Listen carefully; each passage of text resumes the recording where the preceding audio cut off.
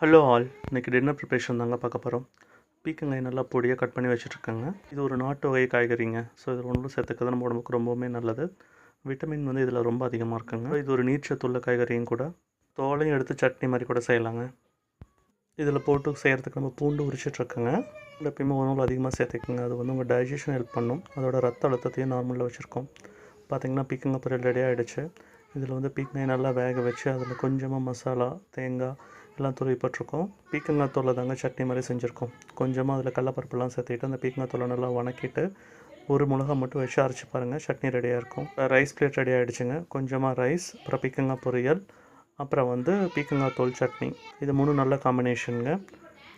இந்த மாதிரி ஈஸியான ஃபுட் சாப்பிடுங்க. அப்போ உங்களுக்கு டைஜஷனுக்கு ஹெல்ப் பண்ணும். இதோட கொஞ்சமாக மிளகு ரசம் வச்சுருக்கேங்க.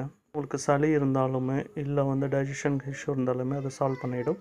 Thank you all. எல்லோரும் சப்ஸ்கிரைப் பண்ணுங்கள். சியர்ஸ்.